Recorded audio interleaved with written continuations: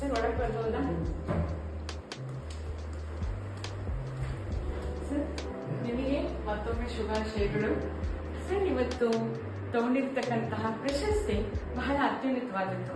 ಅದೇನೆಂದ್ರೆ global achievers council ಕಡೆಯಿಂದ ಭಾರತ ರತ್ನ ನಮ್ಮ ರಾಷ್ಟ್ರಪತಿ ಆದಂತಹ ಅಬ್ದುಲ್ ಕಲಾಂ ಅವರ ಸದ್ಭಾವನಾ ಪ್ರಶಸ್ತಿಯನ್ನ ಪಡೆದುಕೊಂಡಿದ್ದೀರಾ.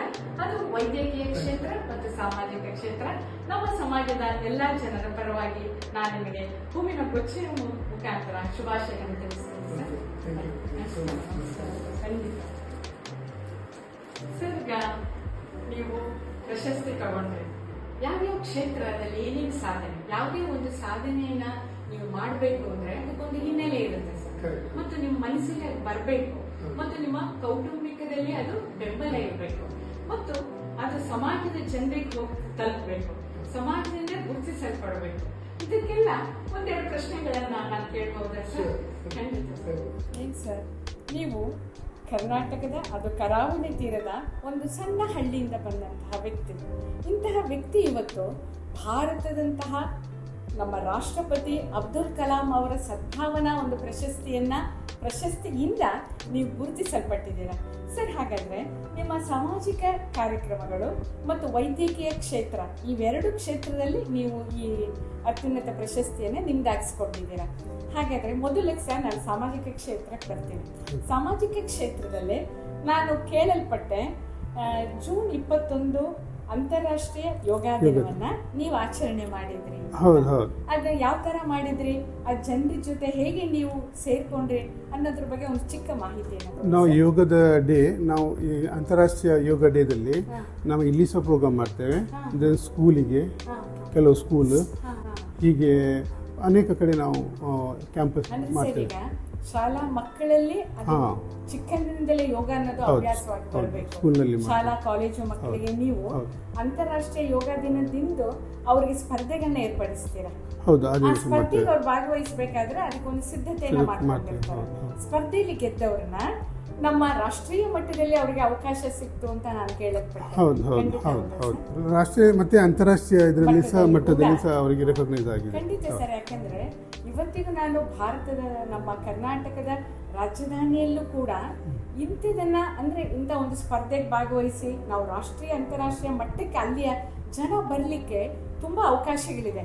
ಆದ್ರೆ ನಿಮ್ಮ ಜನರು, ನಿಮ್ಮಲ್ಲಿರುವ ಗ್ರಾಮೀಣ ಇರತಕ್ಕಂಥ ಹೆಣ್ಣು ಮಕ್ಕಳಲ್ಲಿ ಒಂದು ಅಭಿರುಚಿಯನ್ನು ಮೂಡಿಸಿ ಕಲಿಬೇಕು ಅನ್ನೋ ಆಸಕ್ತಿಯನ್ನು ತಂದು ಅವರು ಅಂತಾರಾಷ್ಟ್ರೀಯ ಮಟ್ಟಕ್ಕೆ ಹೋಗ್ಬೇಕನ್ನೋ ನಿಮ್ಮ ಒಂದು ಒಳ್ಳೆತನವನ್ನ ಬಹಳ ಮೆಚ್ಚಬೇಕಾಗಿದೆ ಸರ್. ಹಾಗಾಗಿ ಮತ್ತೆ ಇನ್ನೊಂದು, ನೀವು ಈ ಯೋಗವನ್ನ ಈ ಬ್ರಹ್ಮಾವರದಲ್ಲಿ ಒಂದು ವೇಣುಗೋಪಾಲ ಸ್ವಾಮಿ ಶಾಲಾ ಆವರಣದಲ್ಲೂ, ಈಗ ಶಾಲಾ ಕಾಲೇಜು ಮಕ್ಕಳಲ್ಲದೇನೆ ಗೃಹಿಣಿಯರಿಗೂ ಕೂಡ ಭಾಗವಹಿಸೋಕೆ. ಅದು ಗೃಹಿಣಿಯರಲ್ಲಿ ಎಂತಹ ಗೃಹಿಣಿಯರು ಅಂದ್ರೆ ಸಮಾಜದ ಕೆಳವರ್ಗದಲ್ಲಿ ಮತ್ತು ಬೇರೆ ರಾಜ್ಯಗಳಿಂದ ಇಲ್ಲಿ ಅವರ ಜೀವನ ನಿರ್ವಹಣೆಗೆ ಕೂಲಿ ಕೆಲಸ ಮಾಡಲಿಕ್ಕೆ ಬಂದಂತಹ ಹೆಣ್ಣು ಮಕ್ಕಳನ್ನೆಲ್ಲ ಸೇರಿಸಿಕೊಂಡು ಅವರಲ್ಲೂ ಯೋಗದ ಬಗ್ಗೆ ಜಾಗೃತಿಯನ್ನ ಮೂಡಿಸಿ ಅವರು ಭಾಗವಹಿಸೋ ಹಾಗೆ ಮಾಡ್ತೇವೆ. ಮತ್ತೆ ನಮ್ಮ CM ಅವರ ಆ ಬಗ್ಗೆ ತುಂಬಾ ಕಾಳಜಿ ವಹಿಸ್ತಾರೆ. ಅವರು ಅದನ್ನು ಪ್ರಮೋಟ್ ಮಾಡ್ತಾ ಇದ್ದಾರೆ. ನಾಟ್ ಓನ್ಲಿ ಆ ದಿನ, ಮತ್ತೆ ಥ್ರೂಔಟ್ ದ ಇಯರ್ ನಾವು ವರ್ಷ ಪೂರ್ತಿ ಸರ್. ಇನ್ನೊಂದು, ಈಗ ನಿಮ್ಮದೇ ನಿರ್ಮಲ್ ತೋನ್ಸಿ ಅನ್ನೋ ಒಂದು NGO ಮಾಡಿ ಅದ್ರ ಮುಖಾಂತರ ಈ ಸ್ವಚ್ಛತಾ ಕಾರ್ಯವನ್ನು ಹಮ್ಮಿಕೊಂಡಿದ್ದೀರಿ ಅಂತ ಕೇಳಿ. ಅಂದ್ರೆ ಸರ್, ಇವಾಗ ಪ್ಲಾಸ್ಟಿಕ್ ನಮ್ಮ ದಿನಬಳಕೆಯದ್ರಲ್ಲಿ ಒಂದು ಭಾಗ ಆಗೋಗ್ಬಿಟ್ಟಿದೆ. ಈಗ ನೀರು, ಕುಡಿಯೋ ನೀರು, ಆಹಾರ ಎಲ್ಲದವನ್ನ ನಾವು ತಿಂದ ತಕ್ಷಣ ಅದಕ್ಕೆ ಇರೋ ಜಾಗದಲ್ಲಿ ನಾವು ಹುಡ್ಕೊಂಡು ಹಾಕೋ ಅಭ್ಯಾಸ ನಮ್ಮಲ್ಲಿ ಬಹಳ ಕಮ್ಮಿ. ಅದು ನಮ್ಗೆ ಎಲ್ಲ ಅನುಕೂಲನೂ ಅಲ್ಲಿ ಎಸ್ತು ಬಿಡ್ತೇವೆ. ಈ ಪ್ಲಾಸ್ಟಿಕ್ಗಳನ್ನೆಲ್ಲ ಶೇಖರಣೆ ಮಾಡಿ ಅಂದ್ರೆ ಜನರಲ್ಲಿ ನಾವು ಪ್ಲಾಸ್ಟಿಕ್ನ ಎಸಿಬಾರದು ಅನ್ನೋ ಒಂದು ಸಂದೇಶ. ಆಮೇಲೆ ನಿಮ್ದೆಲ್ಲ ಇವಾಗ ನದಿ ಸಮುದ್ರದ ಅಲ್ಲಿ ಬೆಳೆದವರು ನೀವು, ಈ ನದಿ ಸಮುದ್ರ ತೀರದಲ್ಲಿ ಎಷ್ಟೊಂದು ಪ್ಲಾಸ್ಟಿಕ್ಗಳಿದೆ. ಇದನ್ನು ಕೂಡ ಸ್ವಚ್ಛ ಮಾಡುವಂತಹ ಒಂದು ಆಂದೋಲನಕ್ಕೆ ನೀವು ಕೈ ಹಾಕಿದ್ದೀರಿ ಅಂತಾನು ನಾನು ಕೇಳಿದೆ. ಅದ್ರ ಬಗ್ಗೆ ಒಂದು ಮಾತು ಸರ್. ನಾವು ಕೋವಿಡ್ ಟೈಮ್ನಲ್ಲಿ ಇದೊಂದು ನಾವು ಸ್ಟಾರ್ಟ್ ಮಾಡಿದ್ದು. ಅಂದರೆ ನಾನು like minded Nirmal Thonse start ಮಾಡುವಾಗ ಲೈಕ್ ಮೈಂಡೆಡ್ ಫ್ರೆಂಡ್ಸ್ ಬಂದರು. ನಾವು ಒಟ್ಟಿಗೆ ಸೇರಿ, ಅಂದರೆ ಲೋಕಲ್ಸ್ ಎಲ್ಲರಿಗೆ ಸೇರಿ ಅದೊಂದು ತೋನ್ಸೆ ಅಂದರೆ ಪಡು ತೋನ್ಸೆ, ಮೂಡು ತೋನ್ಸೆ ಎರಡೂ ಪಂಚಾಯತ್ನವರಿಗೆ ಸೇರಿಸಿ ಇಲ್ಲಿ ನಮ್ಮ ಹಾಲ್ನಲ್ಲಿ ಒಂದು ಮೀಟಿಂಗ್ ಅರೇಂಜ್ ಮಾಡಿದ್ದೇವೆ, ಪ್ರೋಗ್ರಾಮ್ ಸ್ಟಾರ್ಟ್ ಮಾಡಿದ್ದೇವೆ. ದೆನ್ ನಾವು ಇಡೀ ಇಲ್ಲಿ ನಮಗೆ ಸಂತೆ ಮಾರ್ಕೆಟ್ ಆಗ್ತದೆ, ಗುರುವಾರ. ಅದರಲ್ಲಿ ಸಹ ಅಂದರೆ ನಾವು ಪ್ಲಾಸ್ಟಿಕ್ ಬಗೆದು ಚೀಲ ಎಲ್ಲ ಕೊಟ್ಟೆವು. ದೆನ್ ನಾವು ಕ್ಲೀನ್ ಮಾಡ್ತೇವೆ, ಅಂದರೆ ಸ್ವಚ್ಛ ಮಾಡ್ತೇವೆ ಒನ್ಸ್ ಇನ್ ಎ ಇಯರ್. ಮತ್ತು ಬೀಚ್ ಮತ್ತು ನಾವು ಅವೇರ್ನೆಸ್ ಕೊಡ್ತಾ ಇದ್ದೇವೆ. ಯಾವತ್ತು ನಾವು ಮುಂದಕ್ಕೆ ಹೋಗಿ ಕೆಲಸ ಮಾಡಿದಾಗ ಸಮಾಜ ಜನರಿಗೆ ಅನಿಸುತ್ತೆ ಇವರೇ ಬಂದು ತೆಗಿತಾ ಇದ್ದಾರೆ, ನಾವು ಹಾಕ್ಬಾರ್ದು, ನಾವು ಆ ಕೆಲಸದಲ್ಲಿ ಕೈ ಜೋಡಿಸ್ಬೇಕು ಅಂದ್ರೆ ಜನರಲ್ಲಿ ಪ್ರಜ್ಞೆ ಮೂಡಬೇಕು ಸರ್. ಬಹಳ ಒಳ್ಳೆಯ ಪ್ರಯತ್ನ ಸರ್. ಆಮೇಲೆ ನಾನು ಈಗ ಶಾಲಾ ಮಕ್ಕಳಿಗೂ ಕೂಡ 10ನೇ ತರಗತಿ ಮತ್ತು 12ನೇ ತರಗತಿಯಲ್ಲಿ ಹೆಚ್ಚು ಅಂಕ ಗಳಿಸಿದವರಿಗೆ ಒಂದು ಪ್ರೋತ್ಸಾಹ, ಯಾವತ್ತೂ ಅಷ್ಟೇ ಆ ಪ್ರೋತ್ಸಾಹ ಅವ್ರನ್ನ ಮತ್ತಷ್ಟು ಎತ್ತರಕ್ಕೆ ಕೊಂಡೊಯ್ಲಿಕ್ಕೆ ಸಹಾಯ ಆಗುತ್ತೆ. ಅಂತಹ ಮಕ್ಕಳನ್ನೆಲ್ಲ ಸೇರಿಸಿ ಅವ್ರಿಗೆ ಪ್ರಶಸ್ತಿ ಪತ್ರ ಕೊಡೋದು ಅಥವಾ ಧನ ಸಹಾಯ ಮಾಡೋದು, ಅದ್ರ ಬಗ್ಗೆನೂ ನೀವು ಸಾಕಷ್ಟು ಪರಿಶ್ರಮ ಪಟ್ಟಿದ್ದೀರಿ ಅಂತಲೂ ನಾನು ಕೇಳಲ್ಪಟ್ಟೆ. ಅದ್ರ ಬಗ್ಗೆ ಒಂದು ಮಾತು ಸರ್. ಇಲ್ಲ, ನಾವು ನಾರ್ಮಲಿ ಸ್ಕೂಲಿಂದ ಅಂದರೆ ನಮ್ಮ ಅಜ್ಜ, ನಮ್ಮ ಗ್ರ್ಯಾಂಡ್ ಫಾದರ್ ಅಜ್ಜ ಬೈಕಾಡಿ ಹಾಸನ್ ಸಾಹೇಬ್ ಅಂತ, ಅವರು ಅದು ಇನ್ಸ್ಪಿರೇಷನ್ ನಮಗೆ, ಅಂದರೆ ಅವರೊಂದು ಸ್ಫೂರ್ತಿ. ಅವರು ಸೋಷಿಯಲ್ನಲ್ಲಿ ತುಂಬ ಅಂದರೆ ಈ ಊರಿನವರಿಗೆ ತುಂಬ ಮಾಡಿದ್ದಾರೆ. ಅವರು ನನಗೆ ಒಂದು ರೋಲ್ ಮಾಡಲ್. ದೆನ್ ನನ್ನ ತಂದೆ ಸಹ ಪಂಚಾಯತ್ನಲ್ಲಿ ಪ್ರೆಸಿಡೆಂಟ್ ಆಗಿದ್ದರು. ಮತ್ತು ಅವರು ಸ್ಕೂಲಿಗೆ ಇಲ್ಲಿ ಎಲ್ಲ ಹೆಚ್ಚಾಗಿ ಎಲ್ಲ ಸಂಸ್ಥೆಗೆಲ್ಲ ಹಾಗೆ ನನಗೆ ಸಹ ಕರೀತಾರೆ, ನಾವು ಸಹ ಹೋಗ್ತೇವೆ. ಈಗ ನಾವು ಸ್ಕೂಲಿಗೆಲ್ಲ ಇಲ್ಲಿ ಎಲ್ಲ ಏನು ಬೇಕು ಅದೇ ಅರೇಂಜ್ ಮಾಡ್ತೇವೆ ಎಲ್ಲ. ಅಂದರೆ ಒಂದೇ ಇದಲ್ಲ, ಜಾತಿ ಮತ ಭೇದವಿಲ್ಲದೆ ಎಲ್ಲ, ಅಂದರೆ ಎಲ್ಲ. ಹೌದು, ಸಮಾಜದಲ್ಲಿ ಅಲ್ಲಿ ಜಾತಿ ಧರ್ಮ ಇಲ್ಲ ಇಲ್ಲ ಇಲ್ಲ, ನಮ್ಮದು ಅಲ್ಲಿ ಸಮಾಜದ ಜನರಷ್ಟೇ. ಅದನ್ನ ನೀವು ಬಹಳ ಬಹಳ ಒಳ್ಳೆಯ ಪ್ರಯತ್ನ ಸರ್ ಇದು. ಮತ್ತು ನಾನು ಎಣಿಸಿದೆ, ಇಂಥ ಒಂದು ಪ್ರಶಸ್ತಿ ತಗೋಬೇಕಾದ್ರೆ ನಿಮ್ಮ ಮನಸ್ಸಲ್ಲಿ ಆ ಕಾರ್ಯ ಮಾಡಬೇಕು ಅನ್ನೋ ಭಾವನೆ ಮೂಡಬೇಕು ಸರ್. ಇಲ್ಲ, ಪ್ರಶಸ್ತಿಗೋಸ್ಕರ ಅಲ್ಲ ನಾವು ಮಾಡಿದ್ದು, ಅಂದ್ರೆ ಒಂದು ಹಾಬಿ. ಪ್ರಶಸ್ತಿ ನೀವು ತಗೊಂಡ್ಮೇಲೆ ನಮಗನ್ಸೋದು ಈಗ ಹೇಗೆ ನೀವು ಅಂದ್ರೆ ನಿಮ್ಮದೇ ಆದಂತ ಒಂದು ವ್ಯವಹಾರ ಇದೆ, ಅದನ್ನು ಹೊರತಾಗಿ ನೀವು ಸಮಾಜದ ಜನರ ಜೊತೆ ಸೇರ್ಬೇಕು ಅಂದ್ರೆ ಅದಕ್ಕೊಂದು ವಾತಾವರಣ ಬೇಕು. ಸೊ ಈಗ ಹೇಳಿದ್ರಿ ನೀವು, ನಿಮ್ಮ ಅಜ್ಜ ನಿಮ್ಮ ತಂದೆಯವರು ಸಮಾಜದ ಕೆಲಸದಲ್ಲಿ ತೊಡಗಿರೋದ್ರಿಂದ ನೀವು ಆ ಬಾಲ್ಯದಲ್ಲಿ ನಾವು ಏನ್ ನೋಡ್ತೀವೋ ಅದನ್ನೇ ನಾವು ಬಹಳ ಒಳ್ಳೆಯದು ಸರ್. ಇವನ್ ನಮ್ಮ ತಾಯಿ, ನಮ್ಮ ಫ್ಯಾಮಿಲಿ ಎಲ್ಲರೂ ಅಂದರೆ ಸಪೋರ್ಟ್ ಮಾಡ್ತಾರೆ. ಹಾಗೆ ಮೆಡಿಕಲ್ ಕ್ಯಾಂಪ್ ಅಲ್ಲಿ ಕಣ್ಣಿನ ತಪಾಸಣೆ ಒಂದು ಭಾಗ, ಅದನ್ನು ನೀವು ನಿಮ್ಮ ಕ್ಷೇತ್ರದಲ್ಲಿ ಹಲವಾರು ಕಡೆ ಏರ್ಪಡಿಸಿ ಕಣ್ಣಿನ ತಪಾಸಣೆಯನ್ನು ನಡೆಸಿಬಿಟ್ಟು ಕನ್ನಡಕವನ್ನು ಕೂಡ ವಿತರಣೆ ಮಾಡಿದ್ದೀರಿ ಅಲ್ವಾ? ಅದ್ರ ಬಗ್ಗೆ ಒಂದು ಮಾತು ಸರ್. ಅಂದರೆ ನಾನು ಸ್ಕೂಲ್ ಡೇಸ್ನಿಂದಲೇ ಅಂದರೆ ಡಾಕ್ಟರ್ ರಾಮ್ ಕಿಶೋರಯ್ಯ ಅಂತ ನಾನು ತುಂಬ ಕ್ಲೋಸ್ ಅಂದರೆ ಫ್ರೆಂಡ್ಸ್ ಆಗಿದ್ದರು ಅವರು. ಅವರ ಥ್ರೂ ನಾವು ಇಲ್ಲಿ ಸ್ಕೂಲ್ನಲ್ಲಿ ಮೆಡಿಕಲ್ ಕ್ಯಾಂಪ್ಸ್ ಎಲ್ಲ ಮಾಡ್ತಿದ್ದೇವೆ. ದೆನ್ ನಾವು ಕಂಟಿನ್ಯೂಷನ್ ಮಾಡಿ ಕಾಪುನಲ್ಲಿ, ನನ್ನ ಫ್ರೆಂಡ್ ಸರ್ಕಲ್ ಹೆಚ್ಚಾಗಿ ಕಾಪುನಲ್ಲಿದ್ದರು, ಅಲ್ಲಿ ಪ್ರತಿ ವರ್ಷ ನಾವು ಇದು ಕಣ್ಣಿನ ತಪಾಸಣೆ ಮತ್ತು ಅದು ಇದು ಆಪರೇಷನ್ ಸಹ ಅಲ್ಲಿ ಮಾಡ್ತಿದ್ರು. ಹಾಗೆ ಕಂಟಿನ್ಯೂಷನ್ ನಾವು ಮಾಡ್ತಾಯಿದ್ದೇವೆ ಆ ಬಗ್ಗೆ. ಒಳ್ಳೆಯದು ಸರ್. ಯಾಕಂದರೆ ಇಲ್ಲಿರೋ ಕೆಳವರ್ಗದವ್ರಿಗೂ ಕೂಡ ಎಷ್ಟೋ ಜನ ಕಣ್ಣಿನ ತಪಾಸಣೆ ಮಾಡಿಸ್ಕೊಳಕ್ಕೆ ಹೋಗೋದೇ ಇಲ್ಲ ಸರ್. ಯಾಕಂದರೆ ಅವ್ರು ಯಾವುದೇ ಮಾಧ್ಯಮದಲ್ಲಿ ಇರೋದ್ರಿಂದ, ಮಾಧ್ಯಮದಲ್ಲಿ ಇಲ್ಲದೆ ಇರೋದ್ರಿಂದ ಕಣ್ಣಿನ ಬಗ್ಗೆ ಅವರಿಗೆ ಅಷ್ಟೊಂದು ಗಮನ ಕೊಡಲ್ಲ.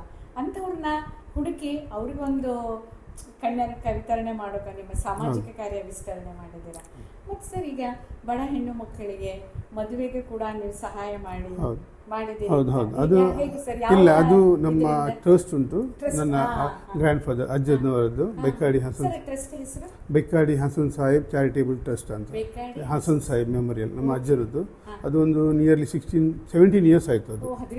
ಹೌದು ಹೌದು, ಅದರಲ್ಲಿ ನಾವು ಬಡ ಹೆಣ್ಣು ಮಕ್ಕಳಿಗೆ ಮಾತ್ರ, ಗಂಡು ಮಕ್ಕಳಿಗೆ ನಾವು ಕೊಡುವುದಿಲ್ಲ, ಹೆಣ್ಣು ಮಕ್ಕಳಿಗೆ ಮಾತ್ರ. ಹೌದು, ಮತ್ತು ಜಾತಿ ಮತ ಭೇದ ಇಲ್ಲದೆ, ಮತ್ತು ಮೆಡಿಕಲಿಗೆ, ಮತ್ತು ಮನೆ ಕಟ್ಟಲಿಕ್ಕೆ, ಮತ್ತು ಹೀಗೆ ಬರ್ತಾರೆ. ಅದನ್ನು ನೀಡಿ ಅಂತ ಅದು ನಮ್ಮ ಒಂದು ಟೀಮ್ ಉಂಟು, ಅವರು ಹೋಗಿ ನೀಡಿ ಆದರೆ ಅವರಿಗೆ ಡೈರೆಕ್ಟ್ ಕೊಡ್ತೇವೆ, ನಾವು ಕೊಡ್ತೇವೆ. ನಿಮ್ಮದೇ ಒಂದು ಸಂಘದ ಮುಖಾಂತರ ನಮ್ಮದೇ ಅವರ ಅದಕ್ಕೆ ಅರ್ಹರಾಗಬೇಕು, ಅವ್ರಿಗೆ ಅವಶ್ಯಕತೆ ಇದೆ ನಿಮ್ಮ ಸಹಾಯದ. ಖಂಡಿತ ಸರ್. ಹೀಗೆ ಮಾಡೋದ್ರಿಂದ ಈಗ ಅನಗತ್ಯವಾಗಿ ಬಂದು ಸಹಾಯ ತಗೊಳ್ಳೋರು ನಮ್ಮಲ್ಲಿ ತುಂಬಾ ಇದ್ದಾರೆ, ಅದನ್ನ ನಾವು ದೂರ ಇಡಲಿಕ್ಕೆ ಆಗುತ್ತೆ ಸರ್. ಈಗ ನಿಮ್ಮ ಸಾಮಾಜಿಕ ಕ್ಷೇತ್ರವೆಲ್ಲವನ್ನ ನಾವು ನೋಡ್ಕೊಂಡು ಬಂದ್ವಿ. ಹಾಗಾದ್ರೆ ನೀವು ಸಾಮಾಜಿಕ ಕ್ಷೇತ್ರ ಒಂದಾದ್ರೆ, ಈಗಿರೋದೇ ನೀವು ವೈದ್ಯಕೀಯ ಕ್ಷೇತ್ರದಲ್ಲಿ ನೀವು ತಾನ್ಸೆ ಹೆಲ್ತ್ ಸೆಂಟರ್ ಅಂದ್ರೆ ನೈಸರ್ಗಿಕ ಆಯುರ್ವೇದಿಕ ಇವೆರಡರ ಸಮ್ಮಿಳನದಿಂದ ಒಂದು ಹೆಲ್ತ್ ಸೆಂಟರ್ನ ಪ್ರಾರಂಭಿಸಿದ್ದಾರೆ ಸರ್. ನೀವು ಅಥವಾ ನಿಮ್ಮಲ್ಲಿ ಯಾರಾದರೂ ಡಾಕ್ಟರ್ ಇದ್ರಾ, ಅಥವಾ ಈ ಹೆಲ್ತ್ ಸೆಂಟರ್ನ ನಾನು ಸ್ಥಾಪನೆ ಮಾಡಬೇಕು ಅಂತ ನಿಮ್ಮ ಮನಸ್ಸಿಗೆ ಹೇಗೆ ಬಂತು? ಅದೇ ನನಗೆ ಅಂದರೆ ಫಸ್ಟ್ ಎಲ್ರಿಗೂ ಗೊತ್ತಿರ್ಬೋದು, ನಾನು ಪೋಸ್ಟ್ ಪೋಲಿಯೋ ಪ್ಯಾರಾಲಿಸಿಸ್ ಅಂದರೆ 15 ಮಂತ್ಸ್ 15 ತಿಂಗಳಲ್ಲಿ ನನಗೆ ಪೋಸ್ಟ್ ಮಗು ಇರುವಾಗಲೇ ಆಗಿತ್ತು. ಆನಂತರ ನನಗೆ ಒಂದು ಮೆಡಿಕಲ್ ಅಂದರೆ ಇದು ಹೀಗೆ ಆಗಬಾರ್ದು, ಬೇರೆಯವರಿಗೆ ಅಂದರೆ ನಾನು ಕಷ್ಟಪಡ್ತಾ ಇದ್ದೇನೆ ಹಾಗೆ ಆಗಬಾರ್ದು ಹೇಳಿ ನನಗೆ ಒಂದು ಮೆಡಿಕಲ್ ಫೀಲ್ಡ್ನಲ್ಲಿ ತುಂಬ ಒಂದು ಇಂಟ್ರೆಸ್ಟ್ ಇತ್ತು. ಆದರೆ ನನಗೆ ನಾನು ಕಮರ್ಷಿಯಲ್ಗೆ ಹೋದೆ, ಕಾಮರ್ಸ್ ಗ್ರ್ಯಾಜುಯೇಟ್ ಆಗಿ ಹೋದೆ, ಮೆಡಿಕಲ್ ಆಗಿಲ್ಲ. ಹೌದು ಹೌದು.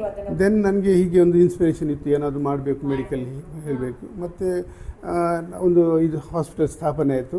ಮತ್ತು ನಮ್ಮ CM ಡಾಕ್ಟರ್ ಸುತಾ ಅವರು ಮತ್ತು ಅವರ ಪ್ಲಸ್ ನಮ್ಮ ವೈಫ್ ಅವರು ಸಪೋರ್ಟ್ ಮಾಡಿ ಒಂದು ಸಂಸ್ಥೆಯನ್ನು ಸ್ಟಾರ್ಟಿಂಗ್ನಲ್ಲಿ ತುಂಬ ಕಷ್ಟ ಆಯಿತು. ಹೌದು. ಈಗ ನಮಗೆ ದೇವದಿಂದ ರಾಷ್ಟ್ರ ಮಟ್ಟದಿಂದ ಅಲ್ಲ, ಅಂತಾರಾಷ್ಟ್ರೀಯ ಮಟ್ಟದಿಂದ ಅಂದರೆ ಈವನ್ USA, ಜಪಾನ್, ನಿಮ್ಮ ಕೆನಡಾ, ಜರ್ಮನಿ, ಫ್ರಾನ್ಸ್ ಎಲ್ಲ ಅಂದರೆ ಕಂಟಿನ್ಯೂ ಬರ್ತಾರೆ.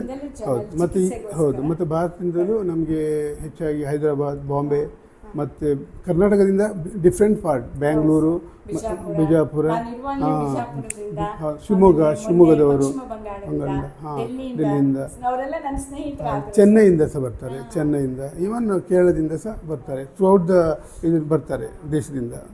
ಹೌದು ಎಲ್ಲ ನಮಗೆ ಈಗ ಫುಲ್ಲಿ ಒಳ್ಳೆ ಒಂದು ಹೆಸರು ವರ್ಷಪೂರ್ತಿ. ಎಲ್ಲ ಬುಕ್ಕಿಂಗ್ ಆಗಿ ಹೋಗಿದೆ ಸರ್. ಆದರೆ ಈ ಹಂತಕ್ಕೆ ಇದು ಬರಬೇಕಾದ್ರೆ ಅಷ್ಟು ಸುಲಭ ಅಲ್ಲ ಸರ್. ಅದಕ್ಕೆ ಬ್ಯಾಕ್ ಬೋನ್ ಅಂದರೆ ಡಾಕ್ಟರ್ ಸುತಾ ಇದ್ದಾರೆ. ಇದು ನಿಲ್ಲಿಕ್ಕೆ ನಮಗೆ ಅಂದರೆ ಅವರು ಪರಿಶ್ರಮ ಪಟ್ಟರು. ಅಂದರೆ ಸ್ಟಾರ್ಟಿಂಗ್ನಲ್ಲಿ ಅವರು ಸಪೋರ್ಟ್ ಮಾಡಿದರು. ದೆನ್ ನನ್ನ ವೈಫ್ ಅವರಿಬ್ಬರದು ಮತ್ತು ಅವರಿಗೆ ಸಹ ಅವರ ಹಸ್ಬೆಂಡ್ ಸಪೋರ್ಟ್ ಮಾಡಿದ್ದಾರೆ. ಹಾಗಾಗಿ ಒಂದು ಟೀಮ್ ಆಗಿ ಸರ್. ಹಾಗಾದರೆ ಇದನ್ನ ಸ್ಥಾಪನೆಯಾಗಿ ತೋನ್ಸೆ ಹೆಲ್ತ್ ಸೆಂಟರ್ ಸ್ಥಾಪನೆಯಾಗಿ 15 ವರ್ಷಗಳ ಹಿಂದೆ ನೀವು ಪ್ರಾರಂಭಿಸಿದಾಗ ಈ ದೊಡ್ಡ ಮಟ್ಟದಲ್ಲಿ ಈಗ ಒಂದು ಕ್ಲಿನಿಕ್ ಅಥವಾ ಸ್ವತಃ ವೈದ್ಯರೇ ಆದರೂ ಕೂಡ ಸರ್ ಇಂತಹ ದೊಡ್ಡ ಸೆಂಟರ್ ಓಪನ್ ಮಾಡಬೇಕಾದ್ರೆ ಸಾಕಷ್ಟು ಯೋಚನೆ ಮಾಡ್ತಾರೆ. ಅದಕ್ಕೆ ಅದರದ್ದೇ ಆದಂಥ ಒಂದು ತಂಡ ಬೇಕು. ಈಗ ಒಂದು ತಂಡ ಬೇಕು, ಆಮೇಲೆ ಫಿಸಿಯೋಥೆರಪಿಸ್ಟ್ಗಳು ಬೇಕು, ಹೆಲ್ಪಿಂಗ್ ಬೇಕು, ಆಮೇಲೆ ಸಹ ಡಾಕ್ಟರ್ಗಳು ಬೇಕು. ಇವೆಲ್ಲವೂ ಅಷ್ಟು ಇಲ್ಲ. ನಮಗೆ ಸ್ಟಾರ್ಟಿಂಗ್ನಲ್ಲಿ ಹೇಳಲೇಬೇಕು, ನಮ್ಮ ಸ್ಟಾರ್ಟಿಂಗ್ನಲ್ಲಿ ನಮ್ಮ ಮಿತ್ರ ಫ್ರೆಂಡ್ಸ್ ಇದ್ದರು. ಅವರು ನನಗೆ ಇದೊಂದು ಸ್ಥಾಪನೆ ಮಾಡುವ ಅಂತ ಬಂದರು. ಲೇಟರ್ ಅವರಿಗೆ ಇದು ನಡೆಯುವುದಿಲ್ಲ ಅಂತ, ಅಂದರೆ ಅವರಿಗೆ ಲೆವ್ಲಿಹುಡ್ ಬೇಕು. ಹೌದು. ಅವರು ಅಷ್ಟು ನನ್ನೊಟ್ಟಿಗೆ ಅವ್ರು ನಿಲ್ಲಿಲ್ಲ. ಮತ್ತು ದೆನ್ ನಡೆಸಬೇಕು. ಆ ಟೈಮ್ನಲ್ಲಿ ಡಾಕ್ಟರ್ ಸುತಾ ಮತ್ತು ನನ್ನ ವೈಫ್ ಅವರಿಬ್ಬರು ನನಗೆ ಹೇಳಿದರು ನಡೀತದೆ ಹೇಳಿ. ಹಾಗಾಗಿ ಇದೊಂದು ನಾವು ಕಷ್ಟಪಟ್ಟಿದ್ದೇವೆ ಸ್ಟಾರ್ಟಿಂಗ್ನಲ್ಲಿ. ಮತ್ತು ಮೌತ್ ಜನ ಹೇಳಿ ಅಡ್ವರ್ಟೈಸ್ಮೆಂಟ್ ಸ್ಟಾರ್ಟಿಂಗ್ನಲ್ಲಿ ಇರಲಿಲ್ಲ ನಮ್ಮದು. ಈಗ ಸ್ವಲ್ಪ ಆ್ಯಡ್ ಮಾಡ್ತಾ ಇದ್ದೇವೆ. ಅವರು ಕೂಡ ಇದೇ ಕ್ಷೇತ್ರದಲ್ಲಿ ಅವರು ಕೂಡ ವಿದ್ಯಾಭ್ಯಾಸ ಮಾಡಿ ಮತ್ತೆ ಇಲ್ಲಿ ಸೇವೆ ಸಲ್ಲಿಸಲಿಕ್ಕೆ ರೆಡಿ ಆಗ್ತಾ ಇದ್ದಾರೆ. ಹೆಲ್ತ್ ಸೆಂಟರ್ ಅನ್ನೋದು ಇವಾಗ ಸಾಮಾನ್ಯವಾಗಿ ಎಲ್ಲಾ ಕಡೆ ತುಂಬಾ ಇದೆ ಸರ್. ವಿಶೇಷತೆ ಏನು ಅಂತ ಕೇಳಿದೆ. ನೀನ್ ಅದನ್ನ ತಿಳ್ಕೋಬೇಕಾದ್ರೆ ನೀನ್ ಅಲ್ಲಿಗೆ ಹೋಗ್ಬೇಕು ಅಂತ ಅಂದ್ರು. ಹಾಗಾಗಿ ನನಗೆ ಸರ್ ಸ್ವಲ್ಪ ವಯಸ್ಸು ಸಾಧಲ್ಲ ಸರ್. ನಾನು ಹಿರಿಯನಾಗಿರ್ತಾರೆ, ನಾನು ಸೀನಿಯರ್ ಸಿಟಿಸನ್, ಮಂಡಿ ನೋವು, ಕಾಲು ನೋವು, ಬೆನ್ನು ನೋವು ಸಹಜ. ಅದ್ರ ಜೊತೆನೆ ನಾನು ಮುಂದಕ್ಕೆ ಹೋಗ್ಬೇಕು. ಆದ್ರೆ ನೋವನ್ನು ಸ್ವಲ್ಪ ಮಟ್ಟಿಗೆ ಆದ್ರೂ ಕಡಿಮೆ ಮಾಡ್ಕೊಳ್ಬೇಕು. ನನ್ನ ದೇಹನ ಶುದ್ಧ ಮಾಡ್ಕೊಳ್ಬೇಕು. ಏನಿದೆ ಅಂದ್ರೆ ಮನಸ್ಸಿಗೆ ಬಹಳ ನೆಮ್ಮದಿ, ಪ್ರಶಾಂತತೆ ಬೇಕು ಸರ್. ಪ್ರತಿಯೊಬ್ಬ ಮನುಷ್ಯನಿಗೂ ಕೂಡ ಪ್ರಶಾಂತತೆ ಮತ್ತು ಚಿಕಿತ್ಸೆ, ಬಹುಶಃ ಇವೆರಡು ನಿಮ್ಮ ಒಂದು ತೋನ್ಸೆ ಹೆಲ್ತ್ ಸೆಂಟರ್ನ ಇಷ್ಟೊಂದು ನೀವು ಪ್ರಶಸ್ತಿ ತಗೊಳ್ಳಕ್ಕೆ ಕಾರಣ ಅಂತ ತಿಳ್ಕೊಂಡೆ. ಬಹಳ ಸಂತೋಷ ಸರ್. ನಮಗೂ ಒಂದು ಒಳ್ಳೆಯ ಸಾರ್ಥಕ ಮನೋಭಾವ ಸರ್. ನಾವು ಎಲ್ಲಾದ್ರೂ ಹೋಗಿ ಬಂದ್ರೆ ಸರ್ ಅಲ್ಲಿ ಒಂದು ಸಾರ್ಥಕತೆಯನ್ನು ನಾವು ಕಾಣ್ತೀವಿ. ನಿಮ್ಮ ಪರಿಶ್ರಮದಲ್ಲಿ ಬಹುಶಃ ನಾವು ಸಾರ್ಥಕತೆಯನ್ನು ಕಂಡಿವಿ ಅಂತ ಹೇಳಲಿಕ್ಕೆ ಇಚ್ಛೆ ಪಡ್ತೀವಿ. ತಮ್ಮ ಸೇವೆ ಮತ್ತಷ್ಟು ಹೀಗೆ ಮುಂದುವರಿಯಲಿ ಮತ್ತು ನಿಮ್ಮ ಸೇವೆ ಸಾಕಷ್ಟು ರಾಜ್ಯ ಮಟ್ಟದಲ್ಲಿ ಗುರುತಿಸಲ್ಪಡಲಿ ಅಂತ ನನ್ನ ಆಸೆ ಸರ್. ಯಾಕಂದ್ರೆ ನೀವು ಗುರುತಿಸಲ್ಪಟ್ಟಾಗ ನಿಮ್ಮ ಜೀವನ ಶೈಲಿ, ನೀವು ಹೇಗ್ ಬಂದ್ರಿ, ಅದು ಸಾವಿರಾರು ಜನರಿಗೆ ವರ್ತಮಾನ ಪತ್ರಿಕೆಗಳ ಮೂಲಕ, ಟಿವಿ ವಾಹಿನಿಗಳ ಮೂಲಕ ಜನರಿಗೆ ತಲುಪಬೇಕು ಸರ್. ಇವತ್ತು ಕೂತಲ್ಲೇ ನಾವು ಪ್ರಪಂಚದಲ್ಲಿ ಏನ್ ನಡೀತೆ ಅಂತ ನೋಡೋ ಕಾಲದಲ್ಲಿ ನಿಮ್ಮಂತವ್ರದ್ದೆಲ್ಲ ಬರ್ಲಿ, ನೋಡಿ ಒಂದು ಮಾದರಿ ಆಗ್ಬೇಕು ಸರ್. ನಿಮ್ಮ ಮಾದರಿ ಬೇರೆಯವ್ರಿಗೆ ಪ್ರೇರಣೆ ಆಗ್ಲಿ ಅಂತ ಹೇಳ್ತಾ ನಿಮ್ ಜೊತೆ ಕಾಲ ಕಳೆಯಲಿಕ್ಕೆ ನನಗೆ ಅವಕಾಶ ಸಿಕ್ಕಿದ್ದಕ್ಕೆ ನನಗೆ ನಾನು ಪ್ರಶ್ನೆ ಕೇಳಿದೆ ಸರ್. ನಿಮ್ಮ ಅಮೂಲ್ಯವಾದ ಸಮಯವನ್ನ ನಮ್ಗಾಗಿ ಮೀಸಲಿಟ್ರಿ, ಅದಕ್ಕಾಗಿ ನಾನು ಪೂರಕವಾದ ಕೃತಜ್ಞತೆ ಸರ್. ನಾನು ಅಭಿನಂದಿಸ್ಲಿಕ್ಕೆ ನಿಮ್ಮ ಕೋಣೆ ಒಳಗೆ ಬರ್ತಿದ್ದಾಗ ಸರ್, ಏನ್ ಸರ್ ಇದು ಇಡೀ ಕೋಣೆ ತುಂಬಾ ಹೋಗಿದೆ ಪ್ರಶಸ್ತಿಗಳು, ಒಂದಾ ಎರಡಾ ಏನ್ ಸರ್? ಅದ್ರ ಬಗ್ಗೆ ಒಂದು ಮಾತು. ಅದರಲ್ಲಿ ಅಂದ್ರೆ ಇಂಪಾರ್ಟೆಂಟ್ ಒಂದು 2021 ನಲ್ಲಿ ಇಂಡಿಯನ್ HUS ಅವಾರ್ಡ್ ಸಿಕ್ಕಿತ್ತು. ಅನಂತರ ನನಗೆ ಒಂದು ಹಾಸ್ಪಿಟಲ್ಗೆ ಒಂದು ಗ್ಲೋಬಲ್ ಅಂದ್ರೆ ಐಕಾನಿಕ್ ಅವಾರ್ಡ್ ಹಾಸ್ಪಿಟಲ್ಗೆ ಸಿಕ್ಕಿತ್ತು. ಅದರ ನಂತರ ಒಂದು ಗೋವಾದಲ್ಲಿ ಒಂದು ನಮಗೆ ಒಂದು ಹೆಲ್ತ್ ಇನ್ಶೂರೆನ್ಸ್ ಆರೋಗ್ಯ ಇದ್ರ ಬಗ್ಗೆ ಸಂಬಂಧಿಸಿದಷ್ಟು ಎಲ್ಲವೂ ನಿಮ್ಮ ತೋನ್ಸೆ ಹೆಲ್ತ್ ಸೆಂಟರ್ ಇಂದ ಏನ್ ಸರ್ ಅದ್ಭುತ. ಮತ್ತೆ ಒಂದು ಎಕ್ಸಲೆನ್ಸಿ ಅವಾರ್ಡ್ ಸಿಕ್ಕಿತ್ತು. ಈಗ ಅದೆಲ್ಲದಕ್ಕೆ ಒಂದು ಚಿನ್ನದ ಗರಿ ಹಾಗೆ ನಮ್ಮ ಅಬ್ದುಲ್ ಕಲಾಂ ಅವರ ಸದ್ಭಾವನಾ ಏನ್ ಸರ್, ಸ್ವತಃ ವೈದ್ಯಕೀಯರಲ್ಲ, ಮತ್ತೆ ನೀವು ಬೆಳೆದು ಬಂದಿದ್ದು ಒಂದು ಮಧ್ಯಮ ಕುಟುಂಬದಿಂದ ಬಂದಂತದ್ದು, ಆದ್ರೆ ನಿಮ್ಮ ಕುಟುಂಬದ ಜನರಿಂದ ಪ್ರೇರೇಪಿತರಾಗಿದ್ದು ಇಂತಹ ವ್ಯಕ್ತಿ ಇವತ್ತು ಸಮಾಜದಲ್ಲಿ 4 ಜನರ ನಡುವೆ ಗುರುತಿಸಲ್ಪಟ್ಟಿದ್ದೀರಲ್ಲ, ಬಹಳ ಸಂತೋಷ ಆಗುತ್ತೆ ಸರ್. ಹಾಗಾದ್ರೆ ಆಕ್ಚುಲಿ ಈಗ ನೀವು ನಮ್ಗೆ ಆಕ್ಚುಲಿ ಇದೇ ನಮ್ಗೆ ಬೇಕಾದದ್ದು. ಆಕ್ಚುಲಿ ನಿಮ್ಗೆ ಇಲ್ಲ ಸರ್, ಅದು ಚಿನ್ನ ಯಾವತ್ತಿದ್ರೂ ಹೊಳೆಯುತ್ತೆ ಸರ್, ಅಷ್ಟೇ.